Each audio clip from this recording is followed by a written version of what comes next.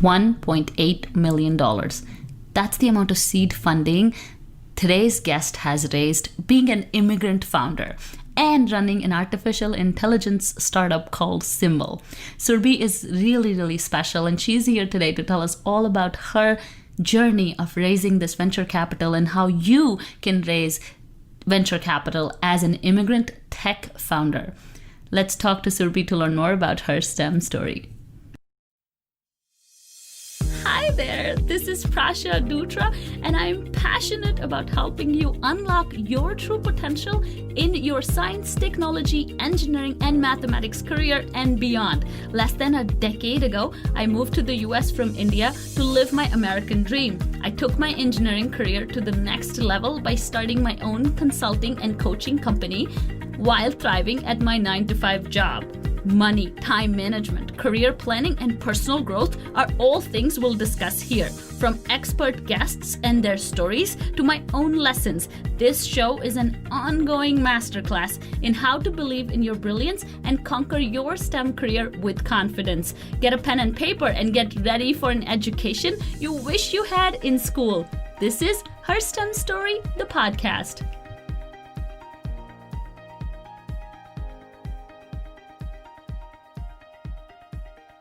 Hi, Surbhi. Thank you so much for joining us today.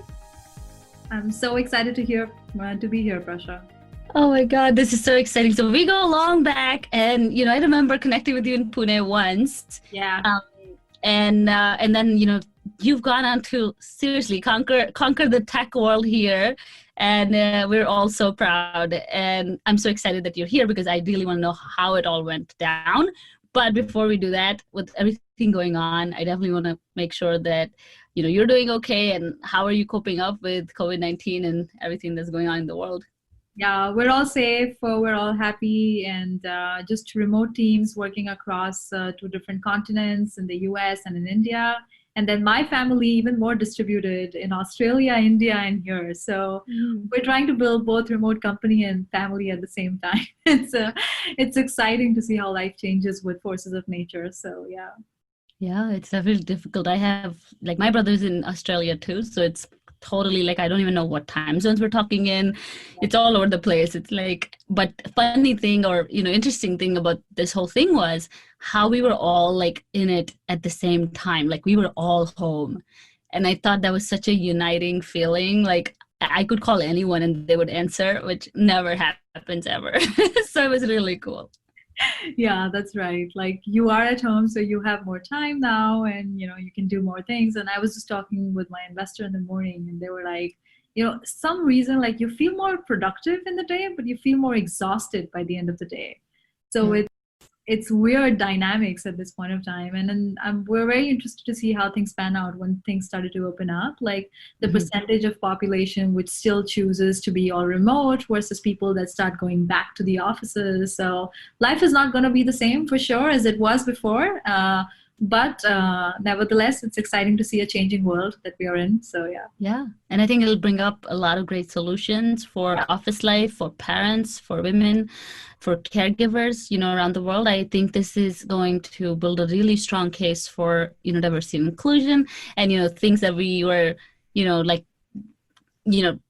questioning in the past, oh, why do you have to work from home if you have a sick child? And it's now nobody can say that because everyone has done it. So I think it's a great opportunity for D&I everywhere. Yeah, absolutely.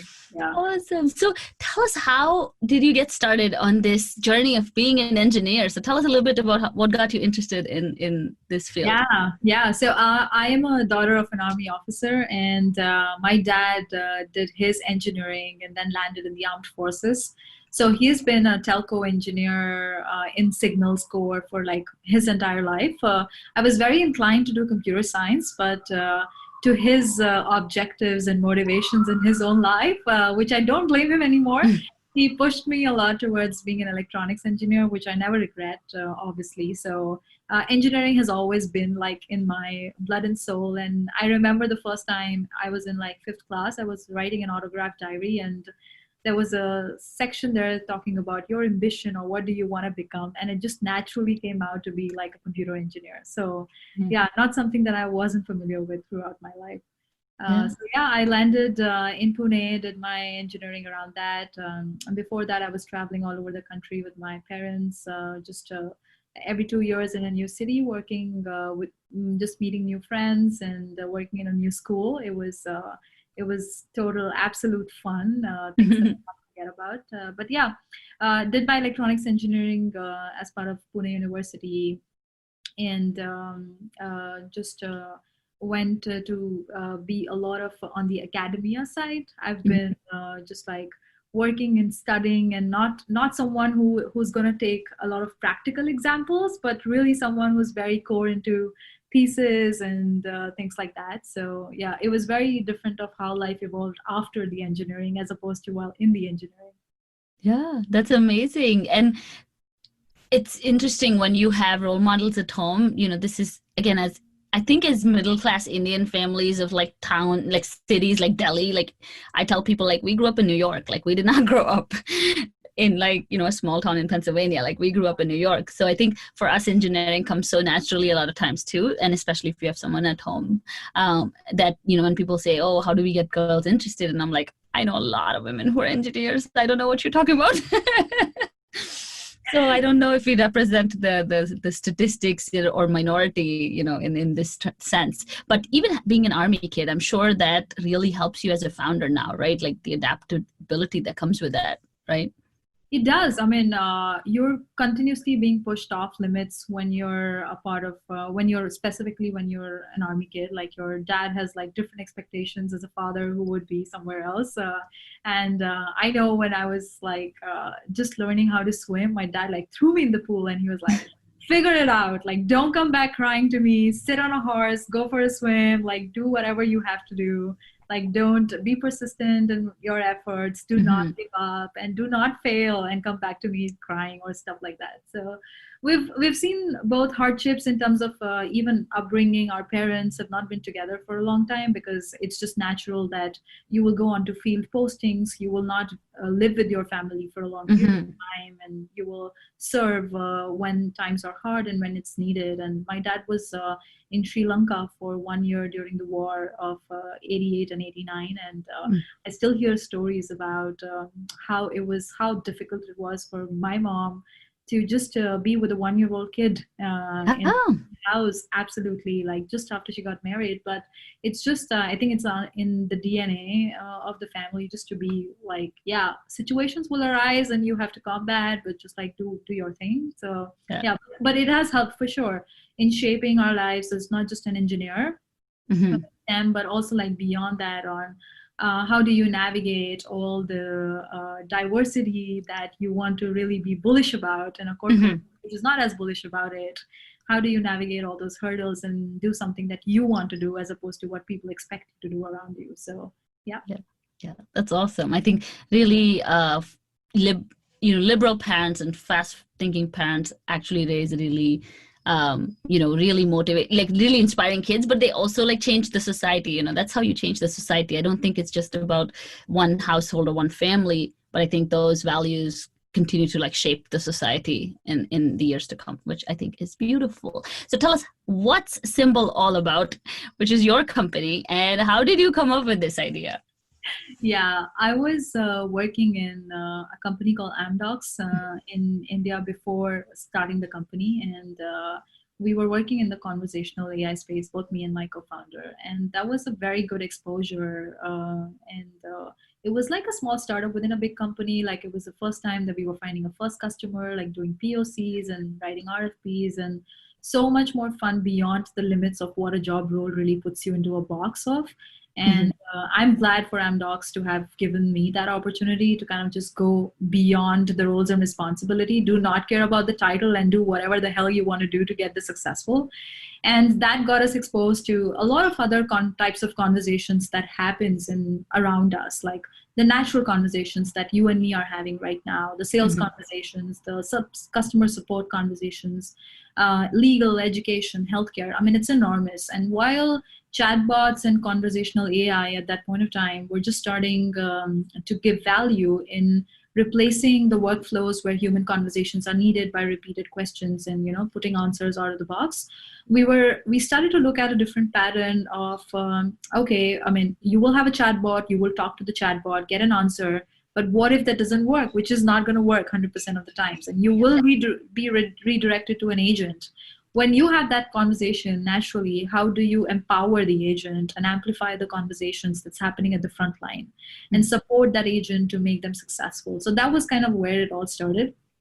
But the fact that both me and my co-founder were working on the same product and we kind of like did similar roles there, it was a much easier transition for us to go and say, okay, let's really take this leap forward and try to move in an industry which is just starting to emerge and will emerge in the coming few years and hasn't started yet.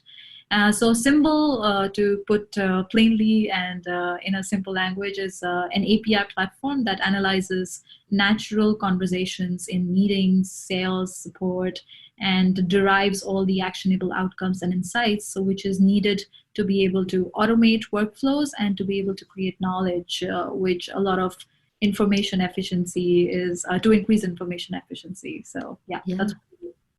Yeah, that's awesome, because so much, like, industries, at least I work in manufacturing, so I always try to, like, I see things from that lens of, we are behind in time, right? We are stuck in like 80s.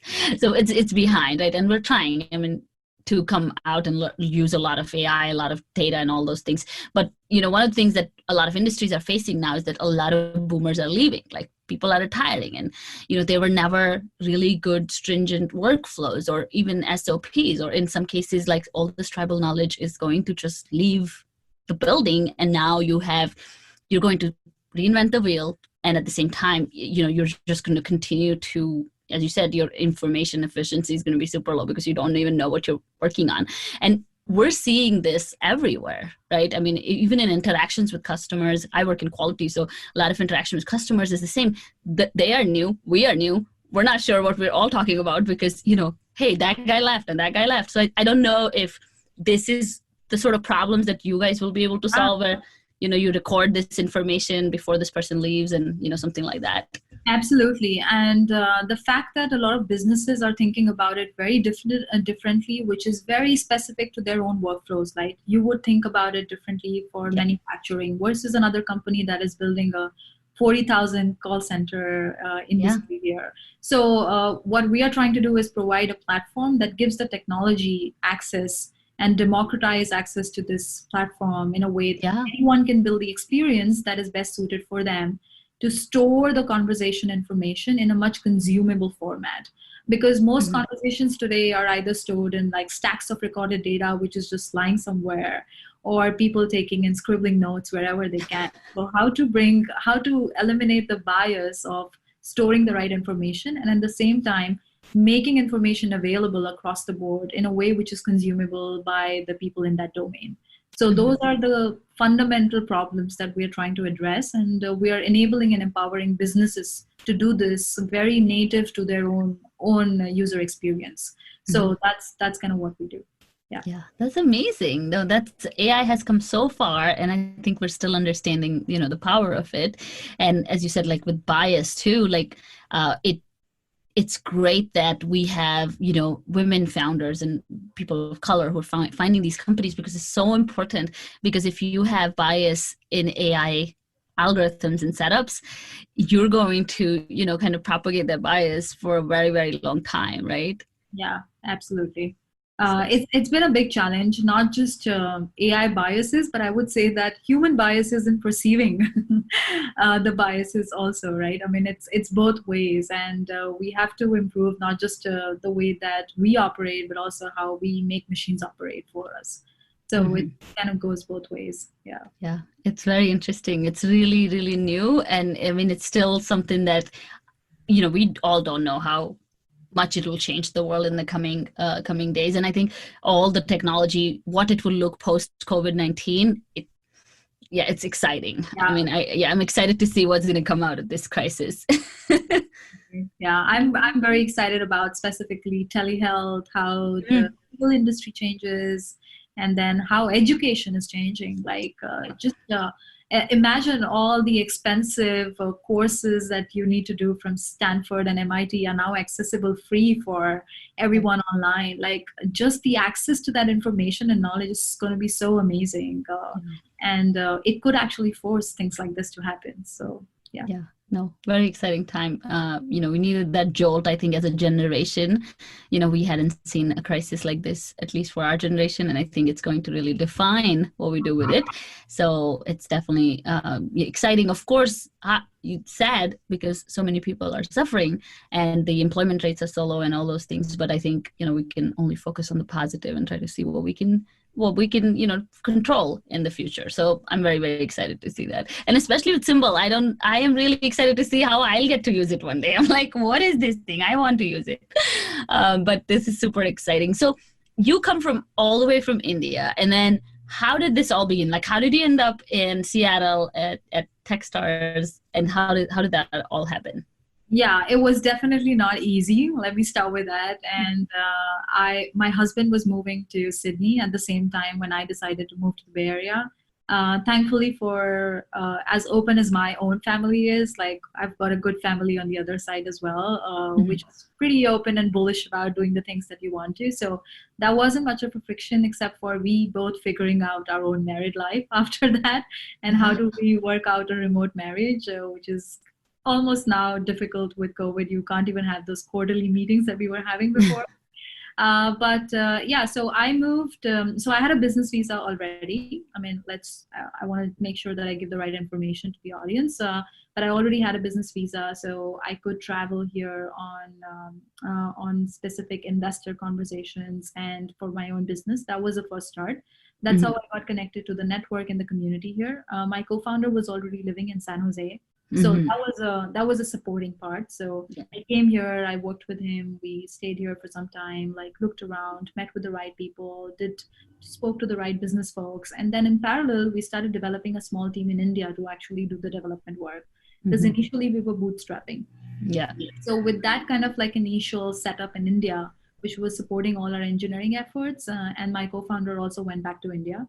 And then I alone here kind of like did almost like 8 a.m. in the morning to 12 a.m. in the night, like networking, back-to-back meetups, coffee meetings or cocktail meetings, like whatever I can get in order to just create a network and just intake all this startup ecosystem, which was super new to me. I'm a first-time founder. I've never been around any, like seeing the life cycle of a startup was like absolutely new. Did obviously take help of some mentors and guidance in the Bay Area specifically. I got into this program called 1M by 1M, which is run by Sramana Mitra. I don't know if you've heard about her.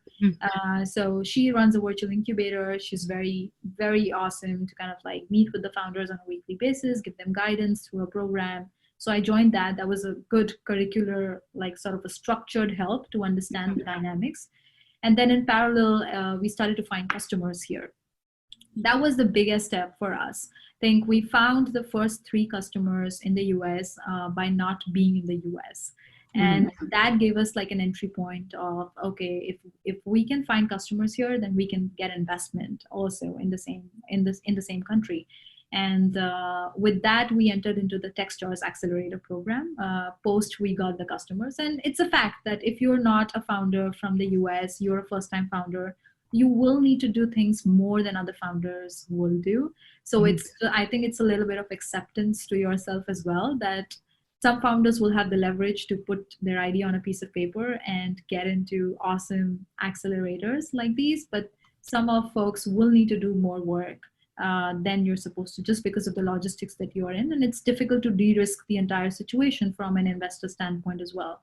So, which is why after we got the first 3 customers and did paid pilots with them, then we landed into Techstars. And after Techstars, the journey was very smooth. I think Techstars did a marvelous job in terms of finding the right lawyers for us, helping out with the visa, getting us into the right network of people so that we can raise funds and get the right investing partners with us for our journey, introduce us to the right network of mentors. So I think for us, like Techstars was kind of the guiding light in our company's life. Yeah. That's amazing. So I think this is so great because when I heard you talk, I think you said network so many times. So I want to talk more about that because especially as an immigrant founder or a person who's coming without a visa, it's really difficult to, because we totally forget this concept, in India or even in school, it's all about friends or it's all about like people already. But I think as you grow into like a fully functioning adult, you realize slowly, oh, wait, by the time you're 27, 28, you're like, oh, I think network matters. Like before that, we're not even building one.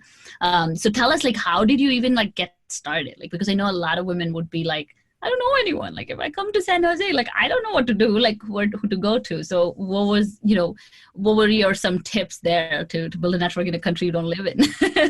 Yeah, I mean, this is all new to me, and this was all new to me, all this network concept of network itself, right? And it's just that when you live in India and you're doing a job, you're just in your own cocoon there, and you just need, your network is the people in your company, and you just feel so happy if you can talk to some other functions VP and you know them, like you feel that you have a good network in this company.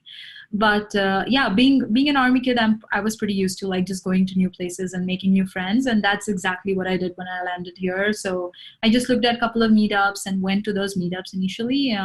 Just looked at like startup meetups. What all startup meetups are there? That's it. That's all I did. And then I went to meetup.com, subscribed, like went to a couple of those, made some friends. With those friends, I went to more places and then made new friends and then went to more places. So it was just natural extension of just meeting people and landing at places. And with that, I took help of some mentors here and there. So I use LinkedIn a lot. I don't think I've ever used LinkedIn as much as that when I started the company, and just started founding all the mentors. Like I searched for startup mentors, like literally keyword, and looked at who are the people who are relevant to the industry who can help, and got a lot of good introductions to great people. In fact, just after I started the company, a month later, I was invited at Infocom conference to speak on a panel from Yamaha, and that gave a good starting point of like a good platform to, all right, now we're introducing you to the right people, you're in the right audience. Here is all your network that you see around you. So before that, I was only like juggling and finding the right people who can lead me to that path. So yeah, that's really what I did. Yeah, and I think it's so important to remember that it's great to have a good idea, but you have to put it out there. Yeah. Like, so many people are always like, oh, if I say it, like someone will copy it. I'm sure you've heard that in with new startup founders or whatever. It's like, but nobody has the time. Like, who has the time to copy your idea? Like, so what do you want to say about that? Like, what people who are guarding their idea with their lives? No, I mean, we heard this over and over again in the beginning also, that execution is the only thing which is going to result in a successful company. Like you can have many ideas in a day, but if you're not able to execute it in the right way, it's not going to get anywhere. So I think the faster and sooner you talk about your ideas to people, start getting feedback, thinking about the user experience first at all, that if I put this in place, how are people actually going to use it? Is it fit into the workflow of these individuals?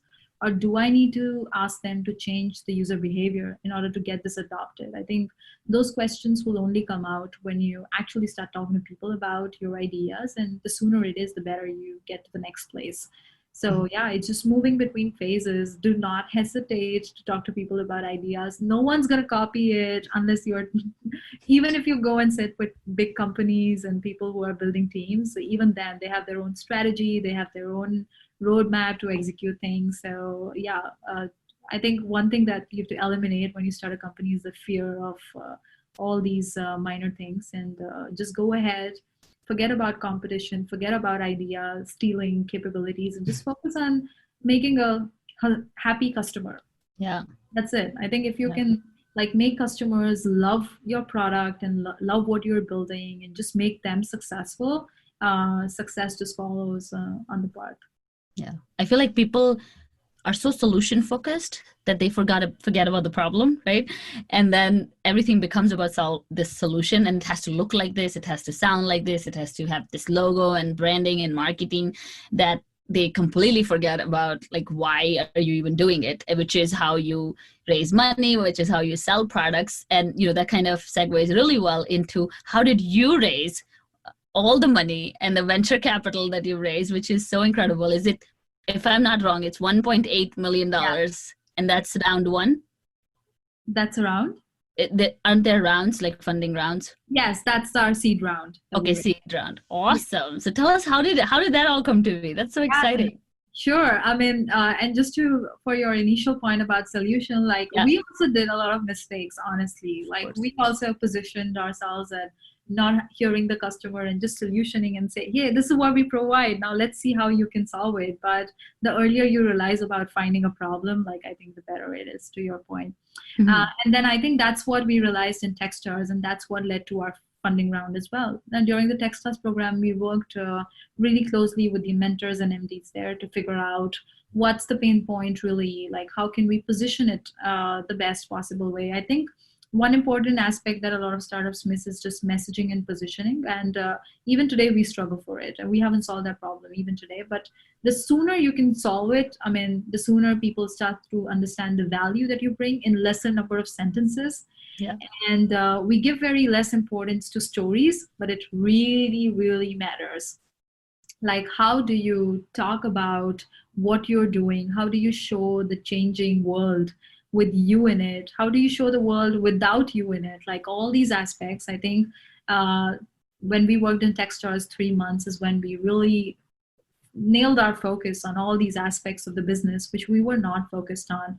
We were like engineering, we are engineering here, so building products comes naturally to us that, hey, I found a problem, let me just go and build it and then show it to people. And we failed to answer some of the early questions that we should even before building. So I think those are some of the things that we worked. And so Jeff Harris, who's our lead investor, was actually our lead mentor during the Techstars program. And we were familiar with him during the entire program, and he saw us and like looked at our progress as we kind of like got more customers onboarded, got more pilots signed. And it was just a graph that I think that you develop. So this is one thing that I always tell other folks who are just listening and thinking about raising rounds, that the earlier you connect with investors, the better it is, because they see a life cycle of how you're changing and growing, and how you're accelerating your stages to the next stage quickly.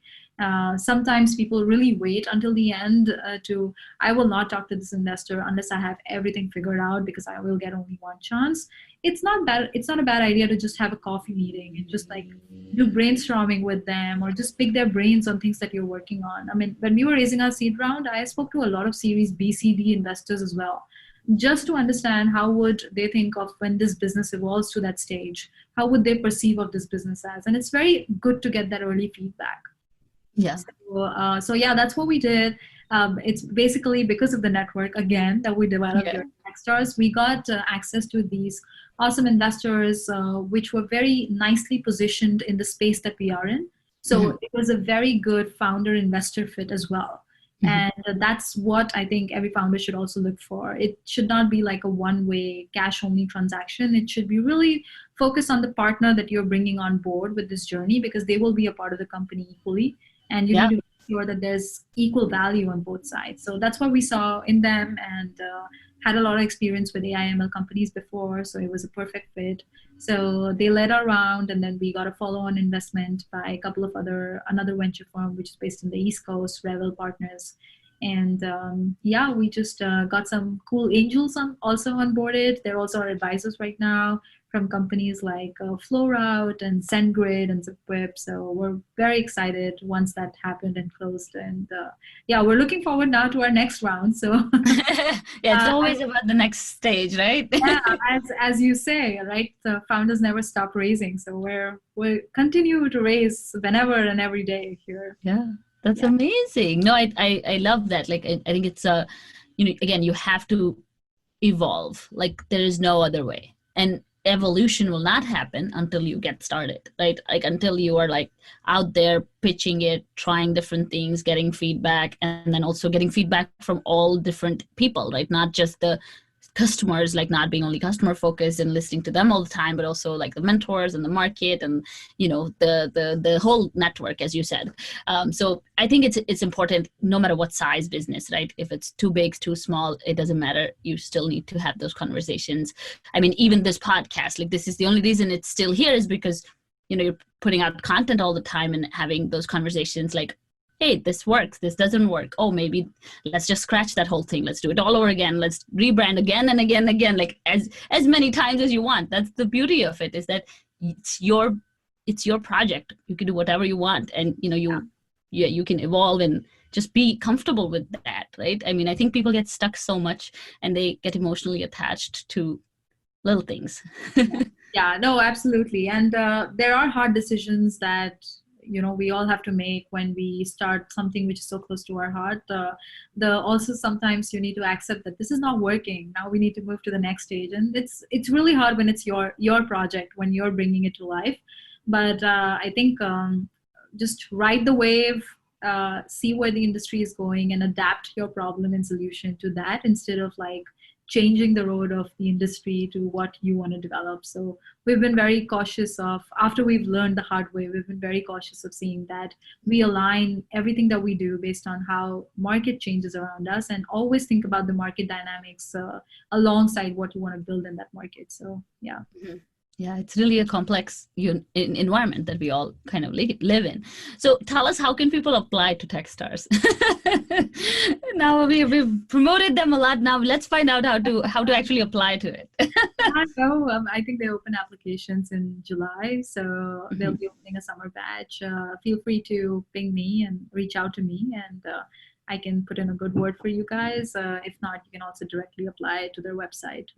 Yeah. So. I almost like I'm promoting the wrong thing here.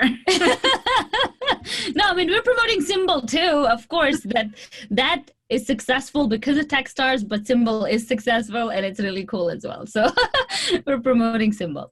But I feel like there are so many of these really great resources that people don't know about, and as you said, like some of them are really designed to help founders the best way possible. They're there to help you, and if you're ready, and if you're looking for that opportunity, it's always good to know that there are like these really cool opportunities out there, and the fact that they are open and available to, like, open to the idea of like all this logistics, like you mentioned, right, like the visas and all those things. I think that's so important, because like even until like last couple of years, I mean, people were still struggling for visas. I mean, people are struggling for regular H-1B, forget about other visas. So, people are scared. I mean, if you talk to any immigrant at this point, I mean, in Trump's America, people are scared because it's like, we don't even know if we'll get to live here for a little longer, or if when we're entering the country, if they'll let us in, and to have such an environment where there are resources to help you with that, I think is really great. Yeah, no, that's true. And I mean, we were scared also ourselves every time we were entering the country. And I remember I was in Ireland and coming here for Techstars Accelerator program, and we had like every single document with us showing it at the immigrations. And even then there were like 10,000 questions, and it is tough. I mean, definitely it's, but all these different resources here, and companies like Techstars and other venture firms, like they will help founders in order to get past all these things. So definitely, I mean, I would say that a simple road to success is find a small incubator. The moment you have an idea, find a small incubator and start working with someone over there on that idea. Get to a stage where you can apply to all these funded accelerator programs, like Techstars gives you a good enough amount of money in terms of funds in order to set your own runway for the 6-7 months that you want to execute before you raise a venture round, and take their help in order to raise a venture round. The moment you raise a venture round, you can use companies like LegalPad, which is what I used, and file your O1 visas as an immigrant, and then get that visa, and then have a successful company here. Yeah, that's amazing. It's a good path, which I executed, and I'm sure it will work for many people. Yeah, but it's execution. You're right. It's all in execution. You can't just sit on your dreams. You can't just wait for something to land in your laps. You have to sort of apply for it. But another question I have for you is on the lines, what is this noise? Can you hear this noise? It's so loud. It's so loud. I just heard it. It doesn't even make any sense. I don't know what it is, but you can't hear it, right? That means it's good. It's a very feeble voice. Faint sound, right? Yeah. I don't know what it is. I don't know what my husband is up to downstairs. I don't even know. So let me just do this so we know where to edit. Okay. So what I was saying was, it's like with all the steps that come on the way, like what was your big why that kept you going? Because you have family everywhere, right? You're in a long distance relationship and you're trying to build something from scratch, and now you also have on top of it all the things that come with being an immigrant founder. Like what was your big why that kept you going? I think in India, we lack a lot of opportunities. It's just the lack of that chance and that opportunity that will be presented to you to explore the world beyond the company that you're working in. And with this, I saw an opportunity that could get me past that bridge of just working in a 9 to 5 job within a company, although you love that company, but it's still not yours. And to be able to do more than what you're doing in a daily life sort of a thing. So it was just an opportunity grab. I think I've been like hungry to get an opportunity since a long time, and got that in nuggets and bits and pieces while working in my previous companies, but never as like a whole. And this time I saw like a whole opportunity. I just couldn't wait. It was like a crazy rush inside yourself where you say that there is nothing in the world and the force of nature which is going to stop me to accomplish this. And I had that kind of a drive, and that just like led me to believe that, okay, also I'll solve all problems that come on the way. I don't think any problem is not unsolvable, and that's why it's called a problem in the first place. So I'll figure it out, but I just have to do it. So yeah, that's kind of how I started. But I'm also very used to multitasking, like since the beginning. So I'm like a very big multitasker. You can tell me like 20 things and I will always remember those 20 things. I'll come back and ask you all the 20 things again. So I think that juggling capacity really helped me accomplish whatever goals I wanted to in the early phases. Yeah. Oh, that's amazing. Because I think the immigrant hunger, right? Like we're trying to run away from something. We're so like ready to leave, because in a lot of cases it's, whether it's the society, I mean, it's a beautiful country. I mean, of course, we'll always be Indians, right? Someone was telling me, oh, you left India, you're not an Indian. And I'm like, you know what? I'm more Indian than you because I have to wear this every day. Like, this is who I am. You're an Indian in India. That means everyone is Indian, right? But you're an Indian in America. Now you're an Indian who's representing your country every single day. It's a really different world. But I feel like there's still, as you said, lack of opportunities and just the acceleration of your dreams or your growth is tremendous. So I still believe in the American dream. I know a lot of people think it's dying, but I think mine is just beginning and I think yours is just starting. So I think it's still there. No, absolutely. I agree. Yeah. And we're going to actually make it even better, right? So tell us, what is that one thing that people don't realize about the artificial intelligence technology? I think there is very high expectation when you start talking about like artificial intelligence. It's magic. It's going to make my world change, and whatever I do today, everything will be vanished and I'll get this automated everything at the end of the day and I'll not need to worry at all. And it has to be absolutely perfect. I think there's a lot of consumer expectation, which is different. And it's also because of the expectations that businesses set, because they are the ones that are setting those expectations for consumers.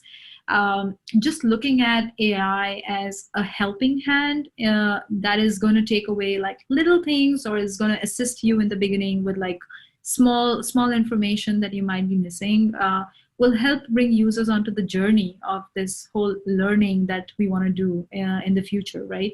We're not there yet, but everyone is trying to build a system which is going to help and accelerate human performance individually. So looking at it as like a helping hand, in addition, instead of thinking about it as like a replacement, will help to create a wider adoption for sure.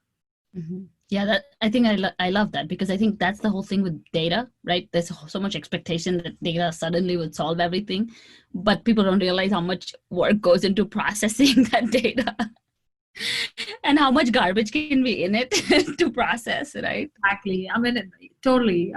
Setting just the right expectations of everyone on the consumer, on the business side, as opposed to companies that are building also need to set the right expectation. Like just going out there and saying, hey, we're a startup, we're going to solve this problem in 2 years. That's not going to happen if it's not solvable in 2 years. Yeah. So it will take time to be there. And I think we just need to accept the fact and work with that expectation. Yeah. I love that. I love that. So you are also a huge advocate for women in AI. So tell us a little bit about your work there, and also why do you think we need more women in AI? I think I know the answer, but I'll let you answer. Yeah, no, I've been always like the moment I got into this space, I've been fascinated by just the amount of new data that can be generated. So consuming data is like one aspect of it, obviously, but the amount of new types of data points that can be generated using AI, that's something that always has fascinated me. And that's why we moved into this conversational intelligence space, because you're generating data out of just natural conversations. And imagine the number of conversations that happen every day. And I wasn't very well equipped to be a data scientist. That wasn't my background. So I've always like kind of like jack of all sort of a person, try to find out my ways in order to, okay, I need to know all these models, how do they work, so that I can go and sell it as opposed to like build it.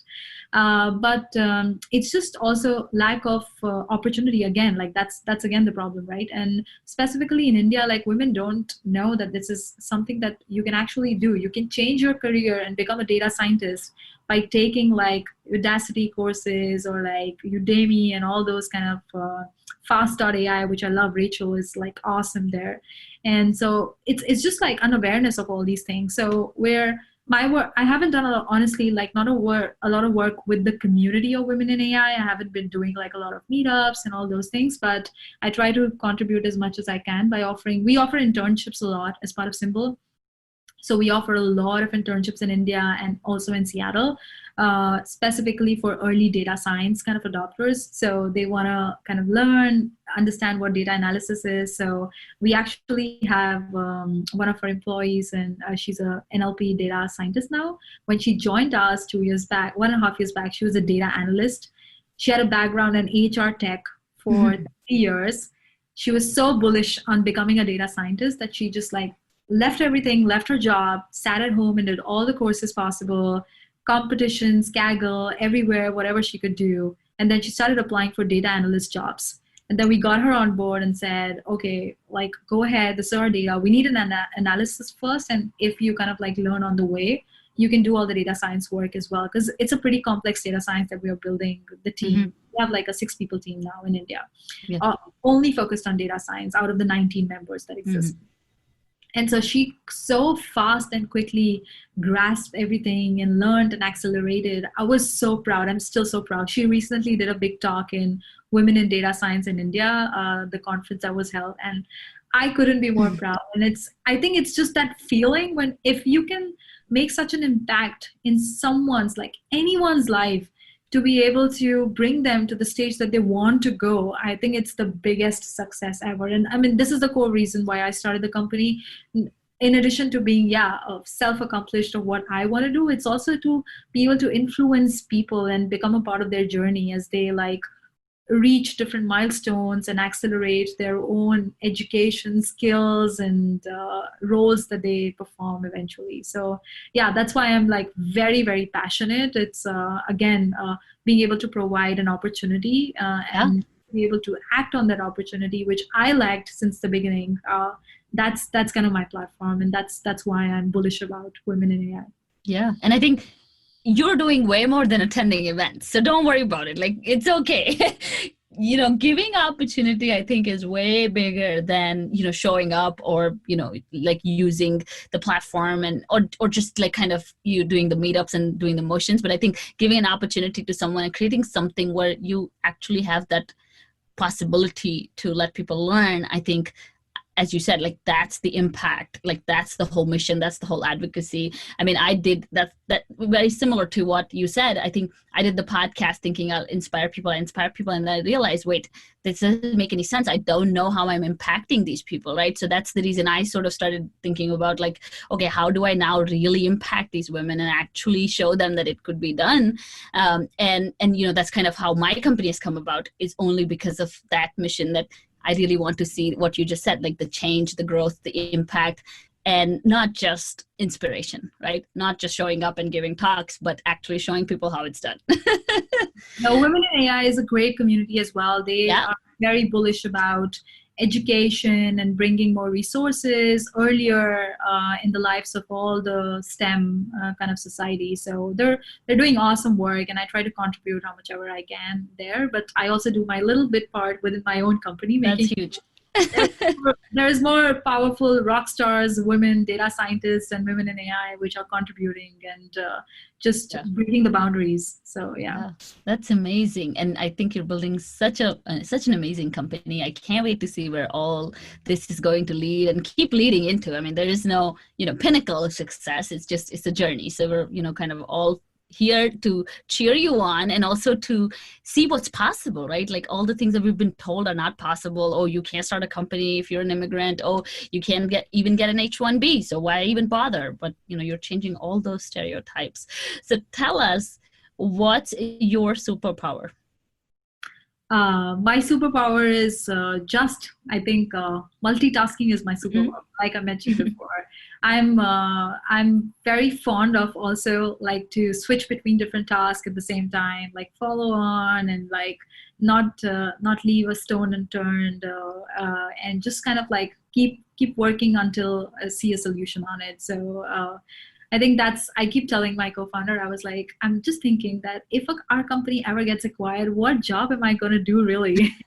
Because I'm like a generalist. Like you can just give me any job. I'm not a specialist like you guys are.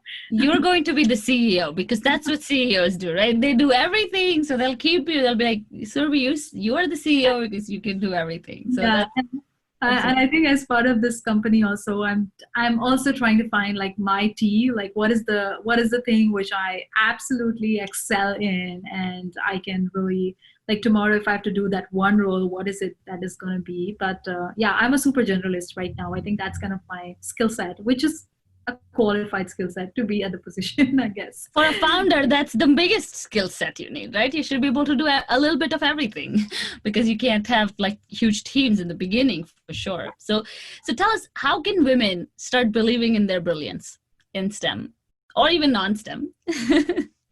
Yeah, no, I think just not it's good to be cognizant of what people think about you around yourself, but it's very important to have your own opinion and like just stick with that opinion. It doesn't matter whether it's right or wrong, like don't worry about it, but just like have your guts and stick to your opinion and try and find out what comes after that.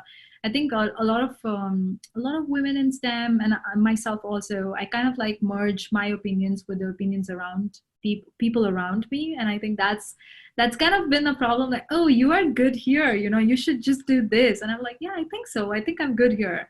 But being able to objectively think about it and say, no, this is not the role that I wish I want to follow for the next 2 years, and I'm going to try this.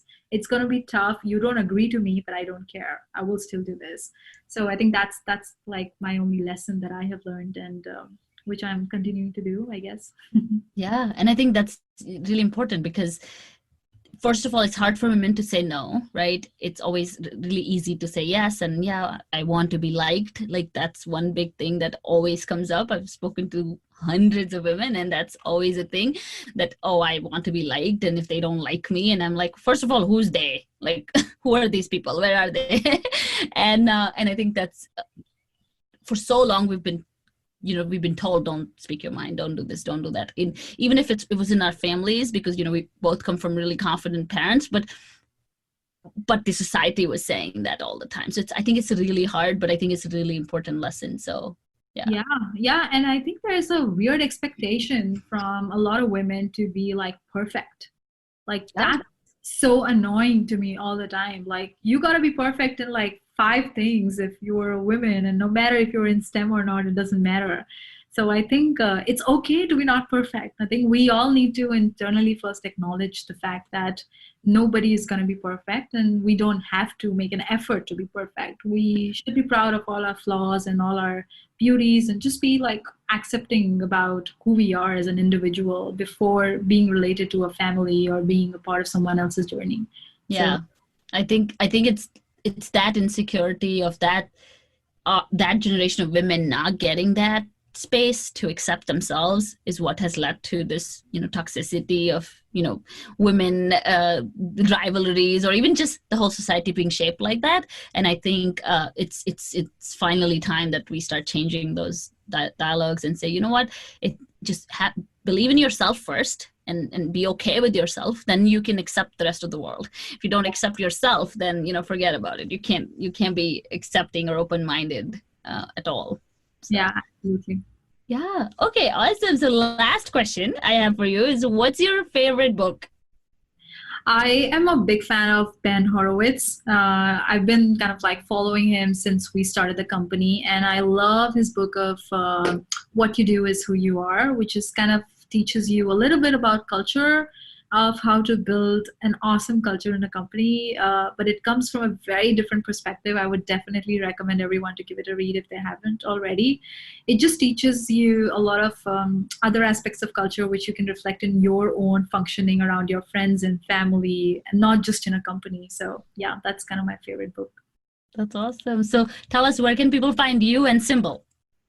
Yeah, find us on for finding us on Symbl, go to Symbl.ai. That's our website. You can find me on LinkedIn and Twitter, Surbhi Rathore, both places. I'm happy to connect, talk tech, talk founder stories, and talk business, anything. That's awesome. We'll share all the links in the episode notes. Thank you so much, Surbhi, for taking the time and for sharing your wonderful STEM story with us. Thanks, Prasha. Lovely to be here. And that was Surbhi with her amazing STEM story. Please use the links in the episode notes to follow Surbhi and Symbl. Next week, I'm so excited to continue my STEM story series, which is a 3-part series telling you and introducing you to Prasha, who is me, your host. And so join me again next week. Thank you so much for listening. If you like this show, please subscribe, rate, and review us on any podcasting platform. Thank you so much for listening. Bye.